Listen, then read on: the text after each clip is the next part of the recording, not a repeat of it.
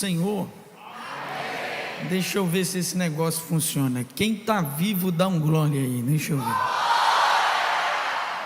Aqui é assim sim, né? Como diz o nosso pastor, assim sim. Meus irmãos, que alegria poder estar aqui novamente, nesse horário da noite, para cooperar mais uma vez com a igreja, na ministração da palavra de Deus. Que o Senhor continue abençoando a toda a juventude.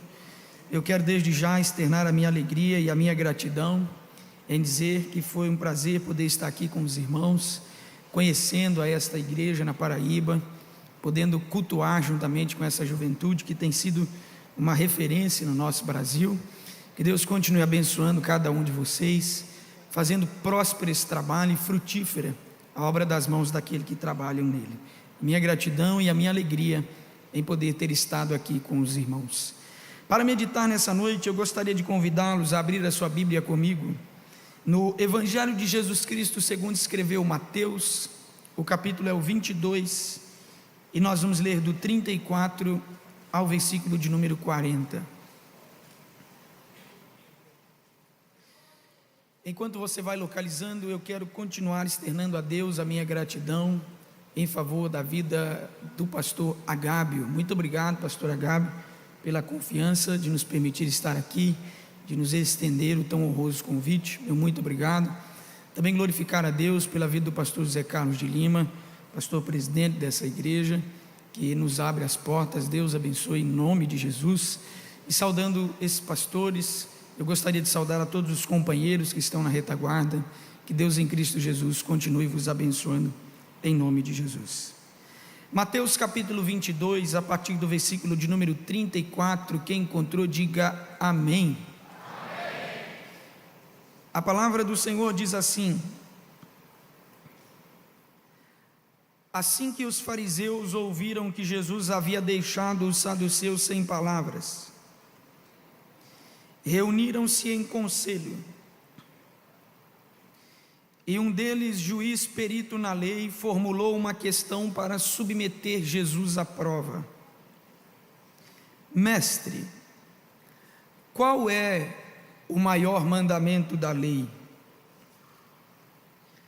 Asseverou-lhe Jesus: amarás o Senhor teu Deus de todo o teu coração, de toda a tua alma e com toda a tua inteligência.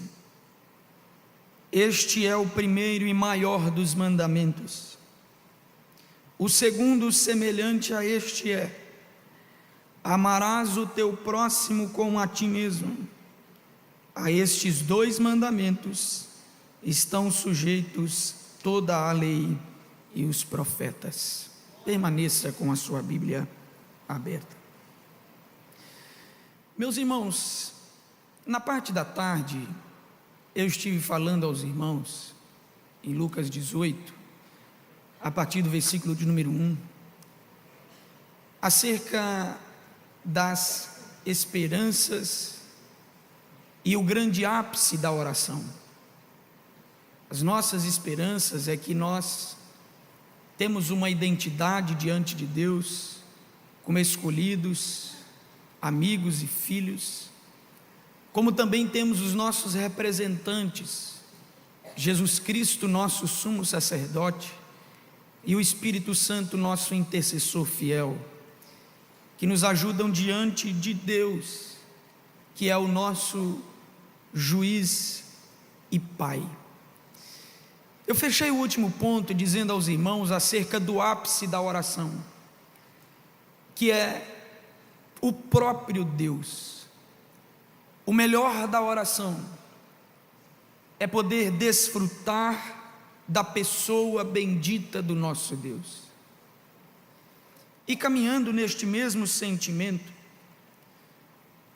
tudo que nós vamos fazer no reino de Deus, as nossas orações, nossos cultos, nossas canções, o nosso trabalho no reino de Deus, é avaliado pelo próprio Deus.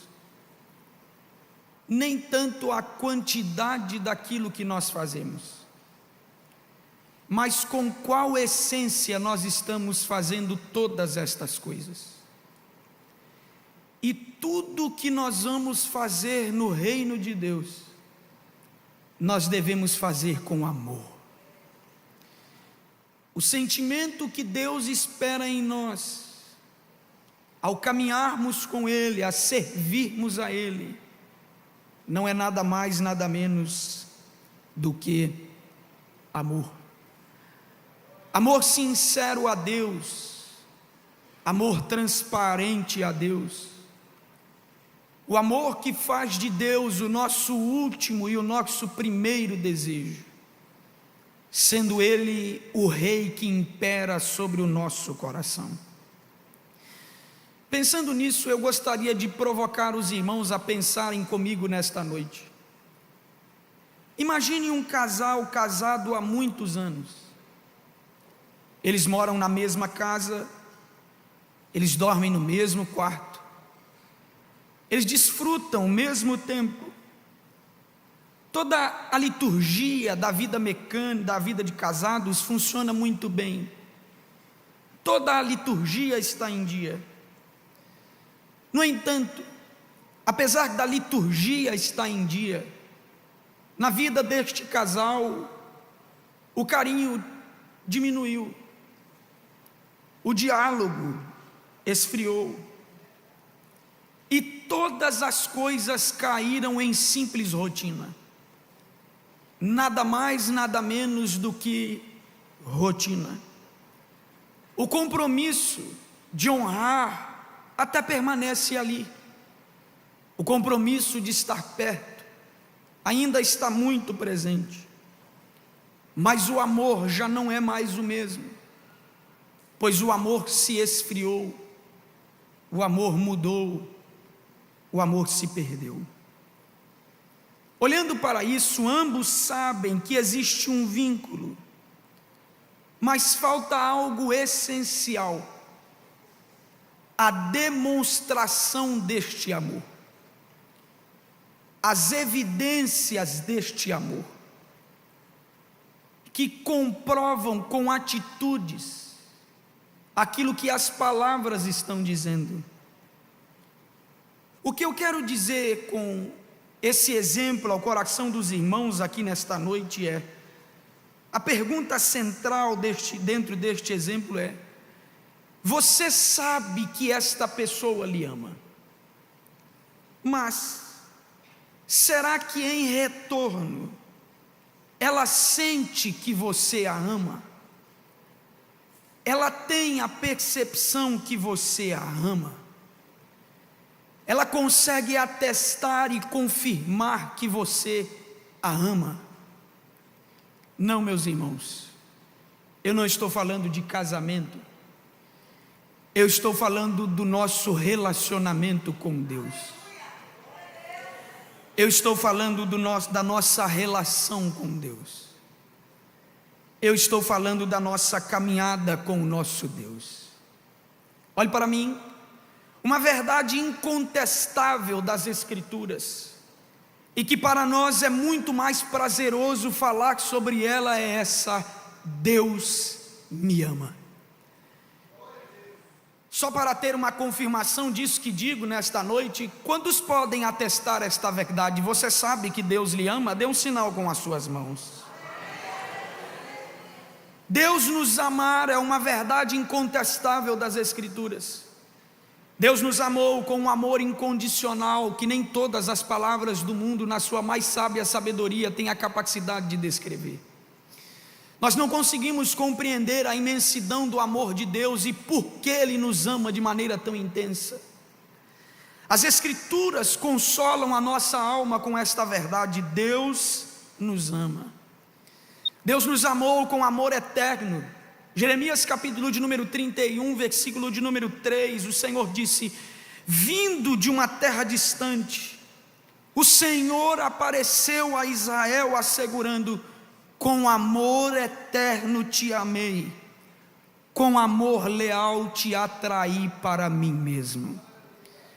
Quando nós olhamos para 1 João capítulo 4, versículo 9 e 10, Deus nos amou quando ainda não havia em nós qualquer inclinação por Ele, quando nós não o desejávamos, quando nós não nos lembrávamos de Deus, quando nós não buscávamos a Deus. 1 João capítulo 4, versículo 9 e 10 diz assim: assim nisto consiste o amor, não em que nós tenhamos amado a Deus, mas que Ele nos amou e enviou o seu Filho como propiciação pelos nossos pecados. Como não nos lembrar que a prova definitiva do amor de Deus por nós é a cruz de nosso Senhor e Salvador Jesus Cristo? Como bem escreveu João, o texto áureo da Bíblia Sagrada, em João 3,16: porque Deus amou o mundo de tal maneira, que deu o seu Filho unigênito, para que todo aquele que nele crê, não pereça, mas tenha a vida eterna. Romanos 5, versículo de número 8, Paulo nos disse que Deus prova o seu amor para conosco, tendo Cristo morrido em nosso lugar, sendo nós ainda pecadores. É um amor tão perfeito e tão incondicional, que chega a nos constranger. Eu não sei você aqui nessa noite, mas todas as vezes que eu penso e repenso no amor de Deus, isso não me promove. Na verdade, pensar no amor de Deus me humilha de diversas maneiras, que ao olhar para mim mesmo eu compreendo que não sou amável, mas o amor de Deus parte pela sua infinita graça. Nós não fizemos nada para merecer isso, nada para merecer o amor de Deus. Contudo, eu gostaria de perguntar aos irmãos aqui nesta noite: nós temos a certeza que Deus nos ama, mas será que nós amamos a Deus? Será que nós amamos ao Senhor? De todo o nosso coração, com todas as nossas forças e com toda a nossa inteligência, com tudo que há em nós. Nós não fizemos nada para merecer o amor de Deus. Contudo, a expectativa divina é que, ao reconhecermos o seu amor, provarmos o seu amor gracioso e sacrificial, a nossa resposta seja amá-lo acima de todas as coisas. A expectativa de Deus é que nós não venhamos dar a Ele nem o segundo e nem o terceiro lugar na nossa vida, mas a expectativa de Deus é que Ele tenha nada mais, nada menos do que tudo da nossa existência. Por isso eu posso dizer aos irmãos aqui nesta noite que dizer que Deus nos ama sem querer nada em troca pode ser considerado uma verdade. Ele não exige pagamento, mas deseja o nosso coração inteiro. Por isso, apesar de Deus não exigir pagamento e nada em troca ao nos amar, a expectativa de Deus é que nós venhamos amá-lo acima de todas as coisas, não entregando a Deus um coração dividido, não entregando a Deus 80% ou 70% da nossa vida, mantendo alguns porões da nossa alma trancafiados a 7 chaves, apartar de Deus áreas da nossa vida, de modo a dizer: não mexa nessas áreas, porque eu quero a sob controle. A expectativa de Deus não é um coração que o honre com metade dos seus sentimentos e da sua devoção, mas a intenção de Deus é que nós venhamos nos entregar a Ele por inteiro, dando a Ele 100% da nossa vida, abrindo os porões da nossa alma, sacudindo os tapetes e destronando os falsos deuses, conferindo a Deus o lugar que lhe é devido, a saber, o trono da nossa existência. É isso que 1 João capítulo 4, versículo 19, João concluindo o raciocínio diz: nós o amamos porque ele nos amou primeiro. A pergunta que eu quero fazer nesta EB Jovem aqui nessa noite não é se Deus nos ama, não é se você tem a certeza que Deus lhe ama, porque essa é incontestável e inegável nas Escrituras.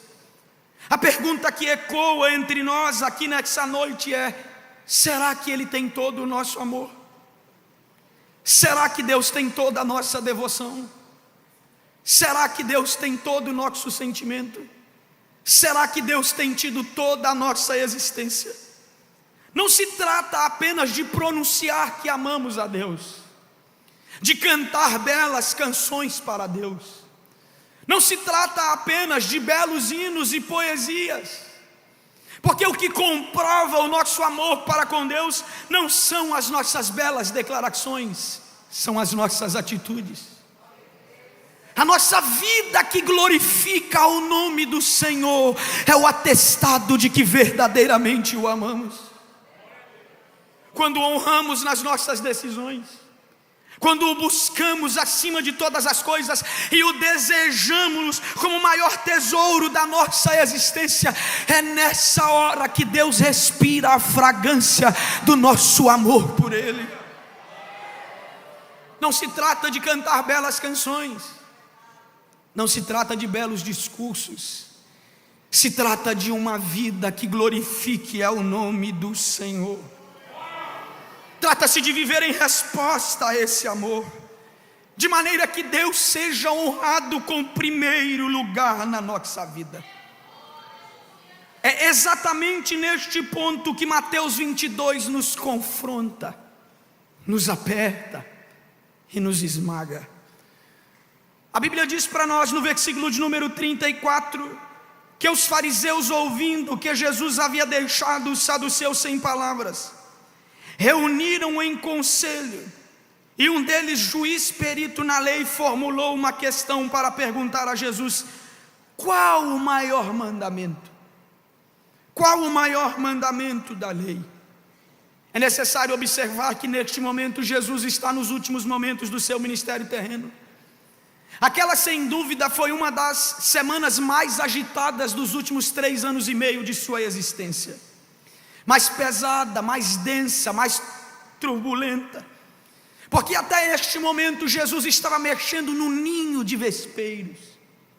Naquela semana, Mateus 21, do 1 a 11, diz para nós que ele já havia feito a entrada triunfal em Jerusalém, montado no jumentinho, e os homens proclamaram dizendo: Hosanas ao Rei dos Judeus. Em Mateus 21, versículo 12 ao 22, a Bíblia diz para nós que Jesus já havia entrado no santuário e purificado o templo. Ainda no versículo de número 23 ao 27, a Bíblia diz que ele já havia confrontado os líderes religiosos quanto à sua autoridade. Ainda no versículo 15 do 22 ao 22 do capítulo 22, Jesus já havia sido testado concernente ao pagamento do tributo a César. E quando nós olhamos para Mateus 22, do 23 ao 33, os saduceus questionaram a ele, dizendo se as coisas da ressurreição, acerca do casamento, acerca da ressurreição, quem seria marido de uma mulher que teve um marido e ele morreu e o outro morreu, e quem seria o seu marido? Jesus cala os saduceus com esta verdade: na eternidade não se casa e nem se dá em casamento, pois todos serão assim como os anjos. E os saduceus ficaram sem palavras, calados todos diante de sua autoridade e sabedoria. Quando os fariseus viram isso, eles disseram: nós ainda estamos no jogo. Jesus nos calou concernente ao tributo a César, mas ele também calou os saduceus. Ainda dá para a gente poder jogar, vamos experimentá-lo em outra questão. E eles enviam a espécie de um escriba, um doutor da lei, um advogado da lei, um perito na lei, alguém que conhecia as letras de Moisés como ninguém, para interpelar Jesus com esta questão: qual o maior mandamento da lei? A cúpula judaica está reunida com o único objetivo da fim em Jesus. Eles querem calá-lo, eles querem silenciá-lo por pura inveja. Embora diferentes entre si, eles estão unidos contra Cristo. Para dar continuidade a este jogo religioso de tentar apanhar Jesus em suas palavras, o doutor da lei chega com esta questão: qual o maior mandamento da lei? Olhando de forma paralela para Mateus, Marcos e Lucas, é possível perceber que, embora esta pergunta tivesse caráter de debate teológico, havia nesse escriba uma atitude respeitosa para com Jesus. Mateus registra a pergunta da seguinte forma: mestre, qual é o grande mandamento da lei? Os fariseus haviam dividido a lei em algumas partes. O total da lei era aproximadamente 613 mandamentos, 365 preceitos negativos, proibições. Não faça isso, não faça aquilo, não faça aquilo outro. Uma para cada dia do ano. E 248 preceitos positivos, uma para cada osso do corpo. Entre eles gostavam de debater qual seria o mandamento mais importante, porque na consciência de alguns talvez funcione assim: se a gente falhar em um mandamento pequeno, mas honrar o mais importante, na balança ainda a gente está de boa, ainda está tudo bem, ainda está tudo perfeito. Agora eles querem ouvir de Jesus: já que você é o mestre, já que você está ensinando, qual você considera o maior mandamento? Jesus não adota uma postura legalista como a dos fariseus. Ele simplesmente olha para os seus debatedores e cita o que todo judeu comum conhecia de capa a capa, que é chamado de o Shema da fé judaica.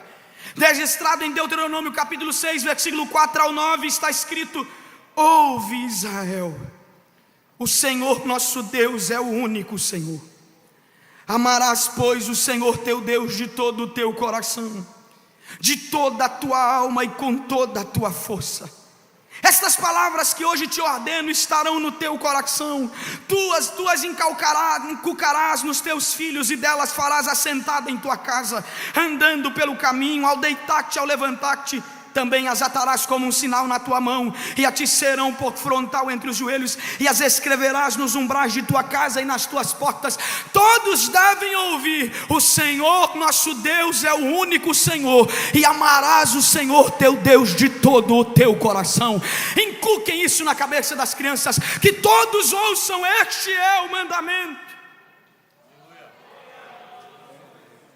Essa palavra Shema significa ouve ou escuta, enfatizando não apenas o ato de ouvir, mas de ouvir e obedecer, praticar, executar. Ela estabelece que o amor a Deus deve ser total e não parcial.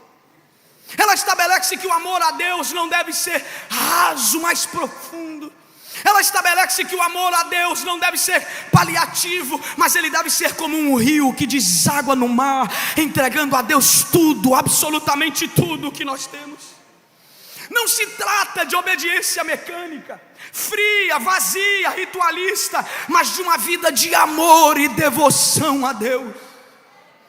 Não se trata apenas de obedecer os mandamentos da palavra de Deus guardados no nosso coração. Não se trata apenas de obedecer aquilo que a igreja apresenta para nós como os seus mandamentos, mas se trata de obedecer com amor. Não se trata apenas de obedecer de maneira mecânica, fria, ritualista. A pergunta não é o porquê, a pergunta não é o que fazemos, mas o porquê nós fazemos. Por que vocês guardam todo o resto? É isso que o primeiro mandamento está nos dizendo. A verdade é que Deus sempre esteve mais interessado em pessoas do que rituais. Se você está achando que Deus recebe o nosso culto antes de provar o nosso coração, você está enganado. Primeiro Deus prova a essência do nosso coração antes de tragar a essência da nossa adoração, pois um coração maligno não serve para ser queimado no altar de Deus. A pergunta de Deus para Caim foi: Caim, Caim, eis que o pecado está à porta, se procederes bem, não haverás aceitação para tu e a tua oferta. O que Deus estava dizendo a Caim é: eu não estou ligando nem tanto para a sua oferta, mas eu já dei uma passada no teu coração, e eu vi que ele está sujo, e eu não posso receber a sua oferta se você não estiver sincero, Caim.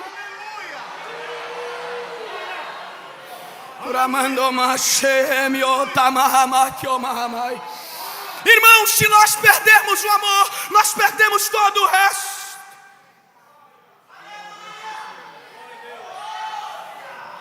Como primeiro mandamento, Jesus não disse como principal mandamento: explique a Deus. Ele não disse defenda a Deus. A nossa geração está sendo conhecida pela época das informações, e glória a Deus por isso. Outro dia eu estava sentado no meu escritório meditando para ministrar em um culto de ensinamento na terça-feira em nossa igreja, e eu ficava me perguntando: meu Deus, o que homens como John Wesley, o que homens como Chuck Whitefield fariam em um tempo como o nosso, com tantas informações nas mãos? Mas o principal mandamento não é explique a Deus. O principal mandamento também não é defenda a Deus. Porque as pessoas nos nossos dias estão defendendo a Deus. E como nós temos e defendemos a Deus com unhas e dentes nas nossas redes sociais, principalmente quando são concernentes a alguns assuntos um tanto quanto delicados, que vêm contra a nossa fé, eles defendem a Deus com suas unhas e dentes. Mas o que Jesus disse foi: não explique a Deus, não é defenda a Deus, não é entenda a Deus, mas ele disse: ame.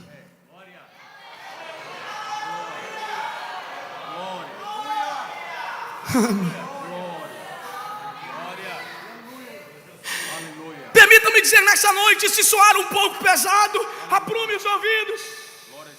A nossa geração não está tão distante do farisaísmo dos judeus quanto nós imaginamos.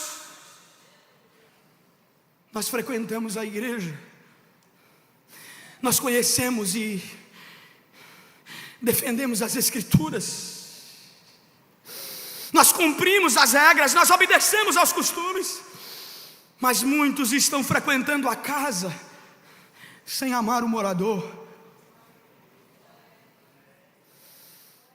Outros estão defendendo as Escrituras sem conhecer o autor. Uma outra classe está guardando os mandamentos sem de fato encontrar prazer no Senhor. O que eu vim dizer a João Pessoa aqui nesta noite é: não é frequente uma igreja, é ame congregar, ame buscar a Deus.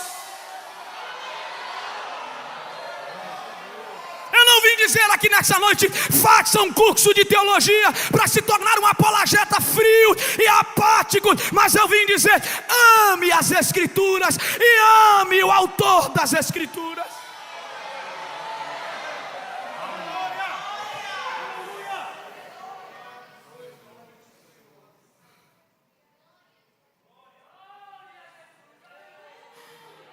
Jesus deixa claro que o amor não é um acessório da fé, ele é um centro. Eu vou dizer de novo: o amor não é um penduricalho da fé, o amor é o centro.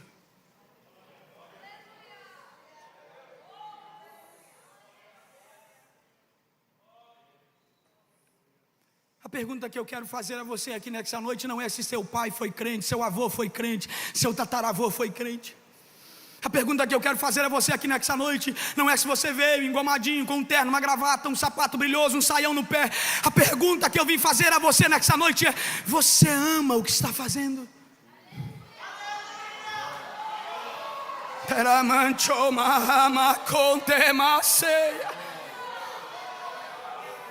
A primeira coisa que nós devemos perguntar é essa: se amo. O segundo reflexo evidente de que se amamos a Deus é a maneira como amamos uns aos outros. 1 João 4:20, João disse assim no verso de número 20: se alguém declarar eu amo a Deus, porém odiar ao seu irmão é mentiroso. Porquanto quem não ama seu irmão a quem vê, não pode amar a Deus a quem não enxerga.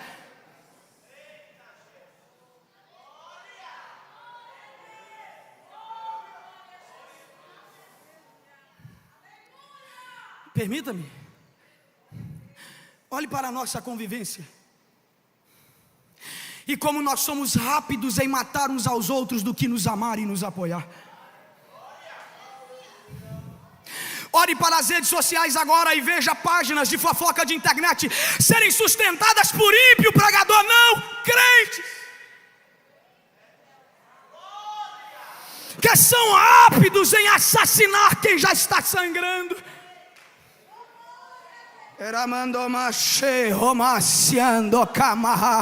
Mas eu vim dizer aqui nessa noite: enquanto houver no nosso meio fofocas, intrigas, divisões, dissensões, grupos, ódios, rancor, mágoa, ausência de misericórdia, isso demonstra que ainda não entendemos nada sobre o amor de Deus.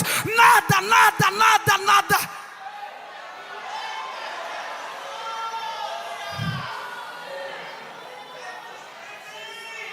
Nada. Se nós não compreendemos chamar ao próximo, nós não compreendemos nada sobre amar a Deus.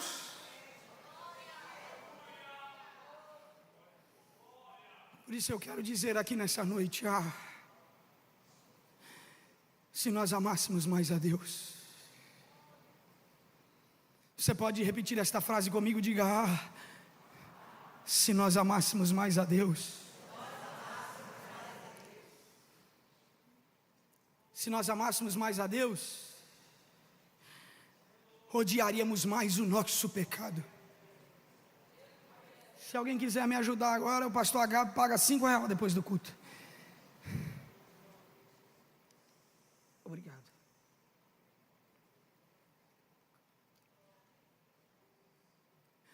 Se amássemos mais a Deus, odiaríamos mais o nosso próprio pecado. Salmo 97, versículo 10, o salmista disse: vós que amais ao Senhor, odiai o mal, e Ele guardará a alma dos seus santos, livrá-os das mãos dos ímpios.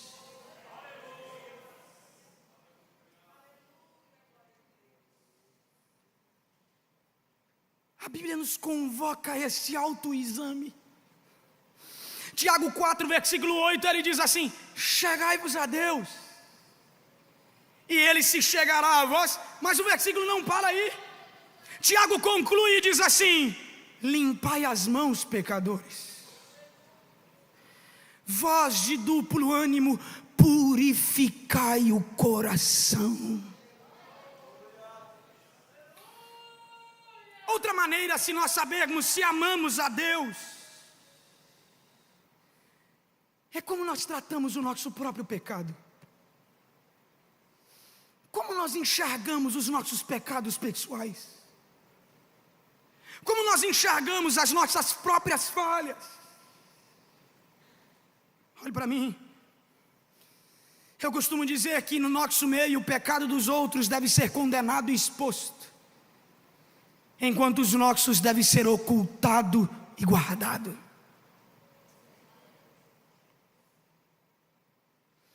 O pecado dos outros deve ser exposto, enquanto os nossos devem ser tolerados. A verdade é que nós raramente vemos os nossos próprios pecados como uma forma de ofensa à santidade de Deus. O pecado do outro sempre nos escandaliza. O pecado do outro sempre nos deixa irados, estagnados, atentos, furiosos. Mas como você se enxerga quando peca? Ao se olhar no espelho, cometendo uma falha contra o Senhor, você tem a mesma ira contra o pecado? Ou será que esta ira contra o pecado só funciona quando é os outros?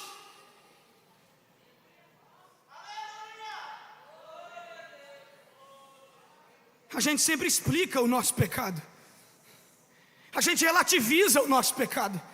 A gente diz: não, você não compreende a escola onde eu estudo, você não compreende como era o meu namoro, você não compreende a casa onde eu morei, você não compreende como é a minha família. Não, irmãos, pecado não é apenas erro, fraqueza ou deslize. Pecado é uma ofensa direta a um Deus que é santo. O pecado não é apenas uma quebra no decoro de uma autoridade eclesiástica, ou a quebra no decoro de alguém que serve a uma instituição religiosa. Pecado é uma ofensa direta à santidade de Deus. Aleluia.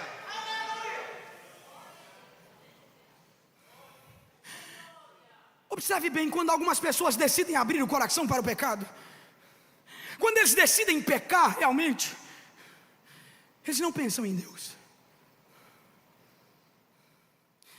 Eles dizem assim: vamos fazer as escondidas, porque o temor não é de Deus, é das consequências. Minha família não pode descobrir, os meus pais não podem saber. Se o pastor Zé Carlos fica sabendo, eu vou perder o meu nome, eu vou perder a minha reputação. O que é que as pessoas vão dizer para mim?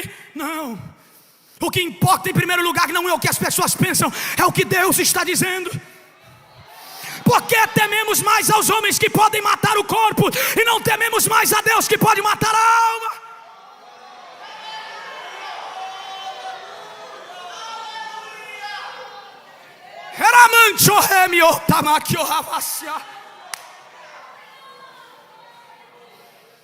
Eu pregava em nossa ceia no primeiro domingo desse mês, e eu dizia no púlpito da nossa igreja, e usei um exemplo muito radical, e eu quero usá-lo aqui nessa noite. Eu sou casado com a irmã Larissa Vitoriana. Eu posso decidir abrir o coração para o pecado, adulterar contra a minha esposa com a primeira mulher que eu encontrar. Eu destruo a nossa família, eu queimo a minha reputação, abro uma lata de lixo, jogo o meu ministério lá, queimo a minha identidade com a instituição.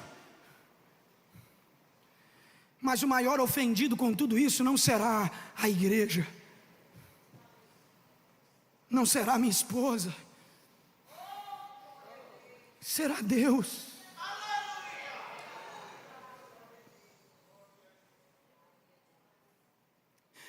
Irmão, se o amor a Deus não nos afastar do pecado, nada mais nos afasta.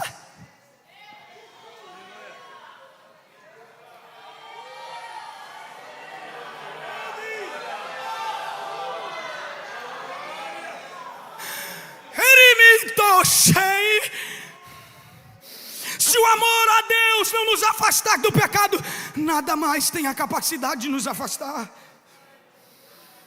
É uma loucura pensar que podemos pecar às escondidas, se Deus está vendo todas as coisas. Não há um lugar que você possa pecar às escondidas. Na verdade, nós nos escondemos da nossa liderança, das nossas esposas e maridos, dos nossos pais e dos nossos pastores, mas diante de Deus nós estamos tão desnudos, tão despidos, porque os seus olhos, como chama de fogo, estão envolvendo a nossa vida, estão ao nosso redor a nos espreitar. Aleluia! José e Davi nos ajudam a entender isso. José foi acusado de algo que não fez.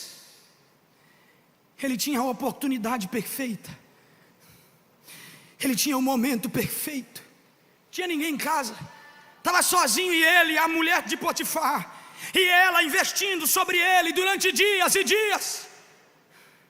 Mas ele responde a ela em Gênesis 39:9: como pois cometeria eu tamanha maldade e pecaria contra Deus?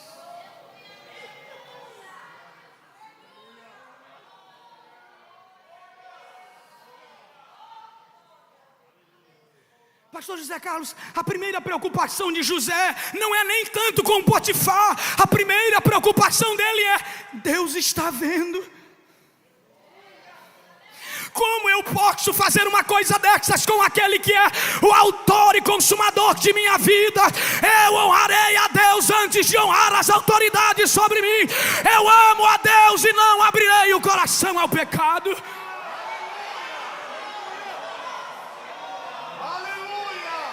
Por conta disso ele perdeu a sua reputação, perdeu. Ele perdeu a sua liberdade, perdeu. Ele perdeu o seu prestígio diante de Faraó, perdeu. Mas o seu amor para com Deus estava intacto e a sua comunhão permaneceu de pé, porque ele honrou a Deus com tudo que havia no seu coração.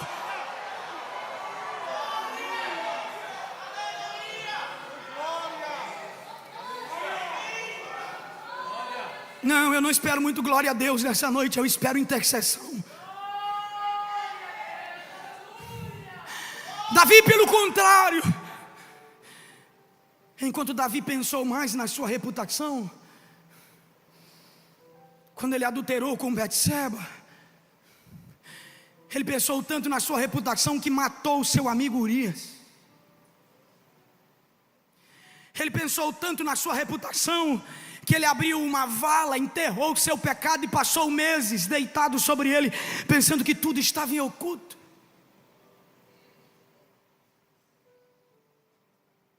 Silêncio. Tudo estava escondido, pensava Davi, até que Deus aparece.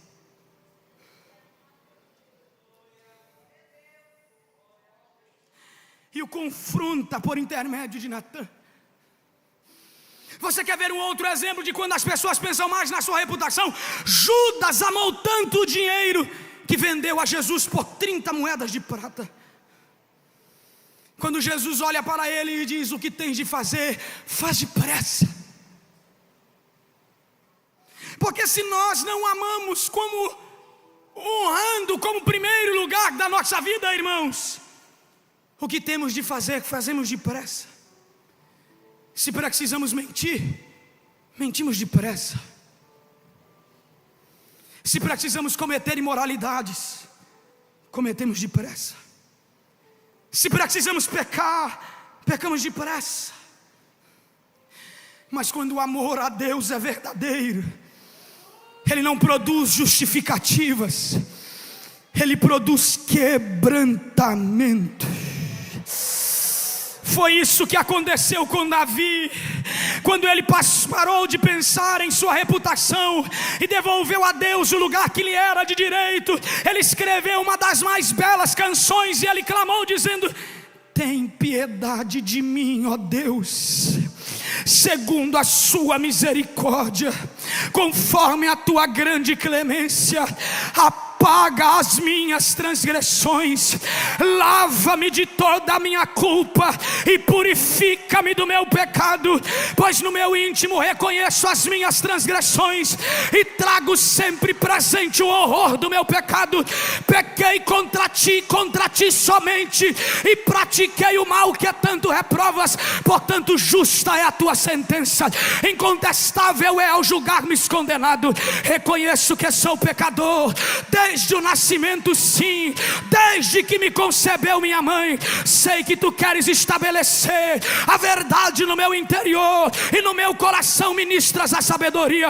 Portanto purifica-me como sopo e ficarei limpo, lava-me e mais branco do que a neve serei. Faz-me ouvir júbilo e alegria, e os ossos que esmagaste exultarão. Esconde o rosto do meu pecado, apaga todas as minhas iniquidades. Ó Deus meu, cria em mim um coração puro, renovas dentro de mim um espírito reto.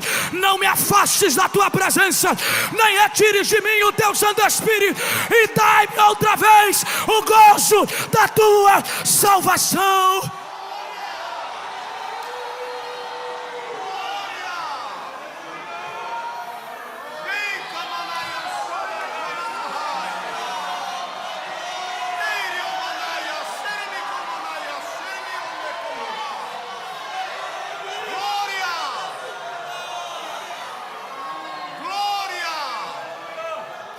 Não, eu não vim aqui nesta noite lhe apontar um dedo, porque enquanto eu aponto 2 a você, existem outros 8 virados para mim. O que eu vim dizer aqui nesta noite é: quando amamos a Deus, nós odiamos o nosso pecado, não por medo das consequências, mas por causa do relacionamento. O pecado fere a santidade de Deus, e eu não vou ferir aquele que me amou primeiro. Eu amarei, eu honrarei, eu lhe darei a minha vida, eu lhe darei o meu corpo, eu lhe darei minhas decisões, eu lhe darei meus sentimentos, eu lhe darei tudo, tudo, tudo, tudo, tudo, tudo a Deus.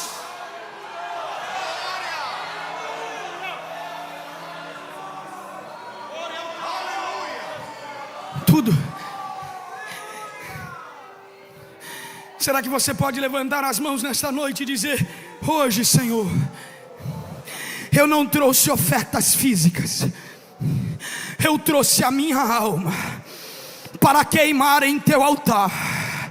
Pode consumir, pois eu lhe amo, eu lhe amo, eu lhe amo, eu lhe amo. Te darei a minha santidade, te darei o meu corpo, te darei minha voz, te darei os meus dias, te darei minhas lágrimas, te darei minhas canções, te darei os meus sonhos, te darei minhas metas, te darei, te darei, te darei.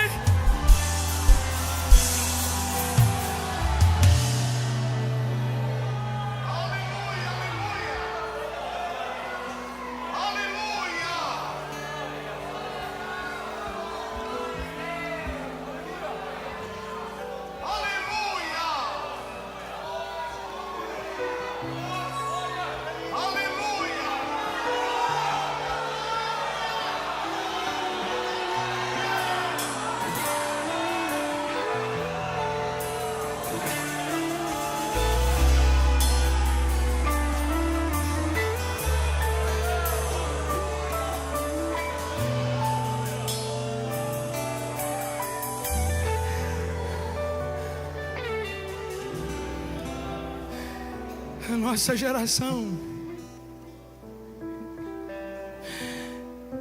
precisa voltar a amar a Deus como Ele merece ser amado.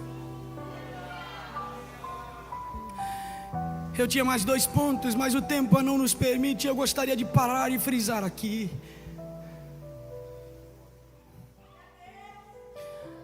A nossa geração precisa voltar a colocar amor no que estamos fazendo.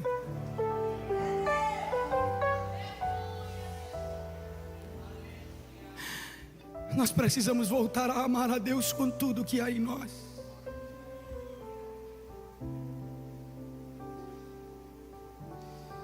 A nossa geração precisa voltar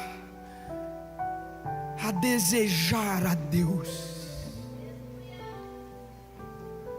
Em rápidas palavras, se nós amássemos mais a Deus, buscaríamos mais o próprio Deus.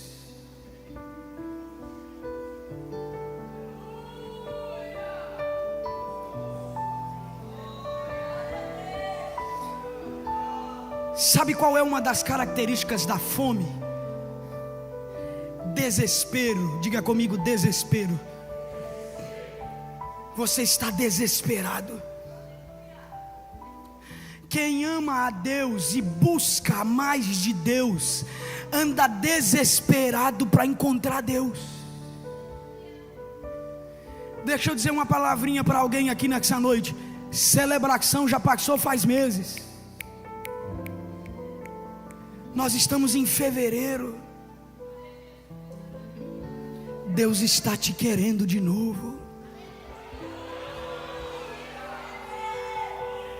Congressos duram pouco demais perto da beleza do que é uma vida diária de busca a Deus.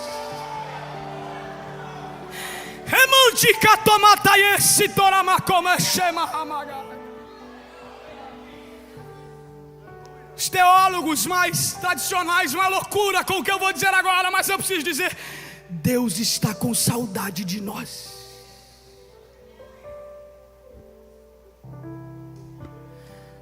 Deus está com saudade do tempo em que o centro do culto era Ele, e não as estrelas que nós veneramos.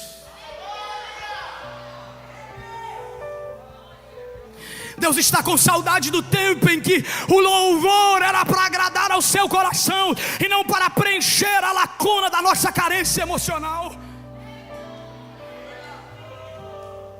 Quem me acompanha nessa noite e pode levantar as mãos e dizer: Senhor, me faz te amar mais, me faz te amar mais, me faz te amar mais. Feche os seus olhos.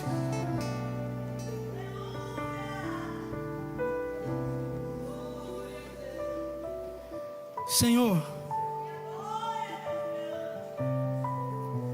digo isso em público não para me engrandecer, pois o Senhor sabe, mas passei hoje, Pai, das 8 às 10 contigo em oração.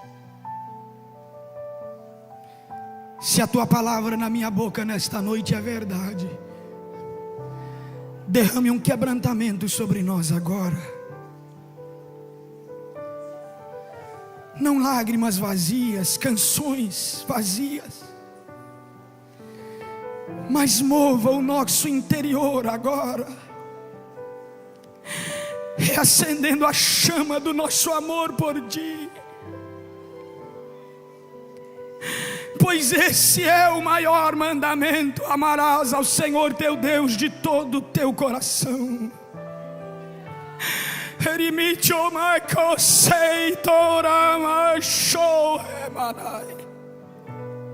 Envia sobre esta igreja nesta hora o espírito sereno de quebrantamento, que esmague a nossa alma, esmiúce o nosso coração, mas que nós venhamos te dar tudo que o Senhor quer que entreguemos agora.